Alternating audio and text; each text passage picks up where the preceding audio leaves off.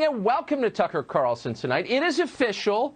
You are no longer allowed to mention voter fraud in public. If you don't believe us, go ahead and try it. Google will silence you. In other words, the very people who rigged this election with unprecedented mass censorship of the entire country are now covering their tracks by erasing history and imposing even more restrictive censorship on the American population. Starting today, it's literally starting today, we will remove videos claiming that a presidential candidate won as a result of widespread software glitches or counting errors. So I guess you could say he won in other ways. So you can't say that it was widespread software that did it or counting errors.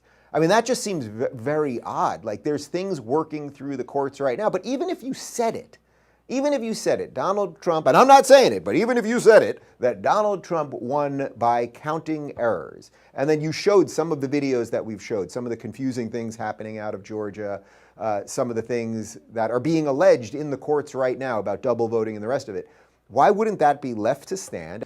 Speaking of censorship and rigging the election, in a blog post today, YouTube, owned by Google, vowed that its teams are working around the clock to stop what it called harmful misinformation and harmful content. They said they're deeply concerned about, quote, making sure our platform isn't abused to incite real-world harm. Now, what does that mean exactly, coming from a company that has caused so much, quote, real-world harm? Well, YouTube explained, quote, we will start removing any piece of content uploaded today or any time after that misleads people by alleging that widespread fraud or errors changed the outcome of the 2020 presidential election. The irony here is enough to make you dizzy. The company that rigged the election by suppressing legitimate information in order to influence the outcome of the election more effectively than any foreign government could ever do is now telling us to preserve our faith in the election, they need to censor us more. YouTube explained the move, noting the safe harbor deadline passed yesterday, and claiming enough states have certified their election results. The tech company didn't mention the current outstanding legal challenges, including one in the Supreme Court. Those cases could change the outcome of the election. So how exactly are election-related videos causing harm? Well, YouTube doesn't explain that. They would cause harm to YouTube's reputation and Google's reputation, much deserved. We need to break this company up, like, immediately. But YouTube does go on to boast that its censorship campaign has already been underway for quite some time. Quote, since September, we've terminated over 8,000 channels and thousands of harmful and misleading election-related videos for violating our existing policies. They use the word terminated, by the way. That's not creepy or anything. Continuing the quote, over 77% of those removed videos were taken down before they had 100 views. What in the world is going on here? Ask rational questions and you reach a dead end because there are no rational answers. This is just flat out totalitarian control over the population. The amount of misinformation on YouTube is extraordinary. It's actually unquantifiable. There's probably no way that even a machine could count the amount of misinformation that's on this website, putting aside the controlled misinformation that is our mainstream media. The idea that YouTube is now deciding, okay, this issue about the 2020 election, while we have lawsuits working through the system right now, which I'll talk about in a moment, now if you even say, I'm not saying it right now, by the way, YouTube, if you're watching, I'm not saying there was widespread fraud. I'm saying that if you say there was widespread fraud, that they're gonna harm your channel, meaning they're gonna either take down your videos, you're gonna get an email, and then eventually you get a strike, and if you get 3 strikes, you're basically out. They can delete your channel, they can demonetize you, and the rest of it. So it is only by the grace of the YouTube gods that any of us are here. So you can stream the film series Loose Change in its entirety on YouTube. That's not a hidden video. It pops up quickly in search results and appears high up on the page. The premise of that film is that the September 11 terror attacks were a false flag operation and that remote-controlled drones, not passenger planes, hit the Twin Towers. YouTube's algorithms, one that can smite election videos before they manage to get 100 views, haven't shut that down. There's a lot of stuff on there, by the way, on YouTube that's not only unsupportable, but fully crazy. You can watch thousands of videos explaining how Russia hacked our voting machines or mind-controlled thousands of Americans with Facebook memes. That's how dumb we are. A Facebook meme can take over your brain. One YouTube video from PBS Today, which we pay for, by the way, and shouldn't, goes into great detail about how Russia, quote, swung the 2016 election. You're paying for that crap, state media.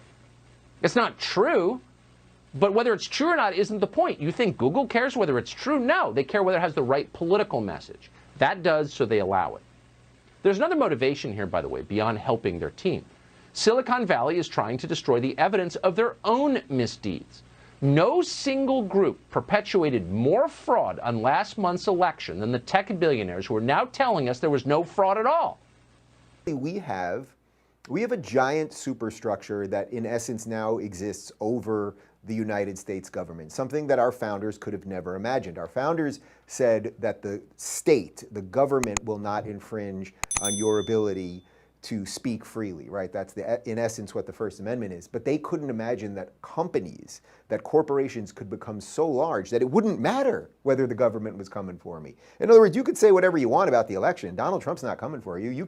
Every time Donald Trump says something, a gajillion blue check people, journalists, jump on there and tell him he's going to end up in jail and he should rot in hell and everything else. Donald Trump doesn't come for everybody. I suspect it'll be a little different if the left comes to power. When you talk about the harm of an election and in misinformation, what's the harm here? The election has already occurred, so why are they so desperate to eliminate the evidence and eliminate discussion of it? You pointed out one. Some of these tech companies, Facebook has been known to have sent reminders to vote or reminders to register only to Democrats right before the election. I would argue that's a violation of the Federal Election Commission regulations, and you know, somebody needs to take that up. But they want to shame people. They want to shame all these YouTube creators who make their living off of being on that on that channel, and maybe they should consider that. They want to shame them from ever saying anything that violates the orthodoxy. It's a Pavlovian response that they're trying to elicit here to keep you away from the danger wire, keep you away from the electrical fence. The point is that the fear around free speech, as I've been saying for years, isn't that the government is coming per se. That's always something to worry about. But the fear now is that these giant corporations will tell us what is and isn't true. The message, in case you're missing it, it's completely true, is that Google in its present state is incompatible with our democracy. You can't have a democracy if Google exists as it does now. It's that simple.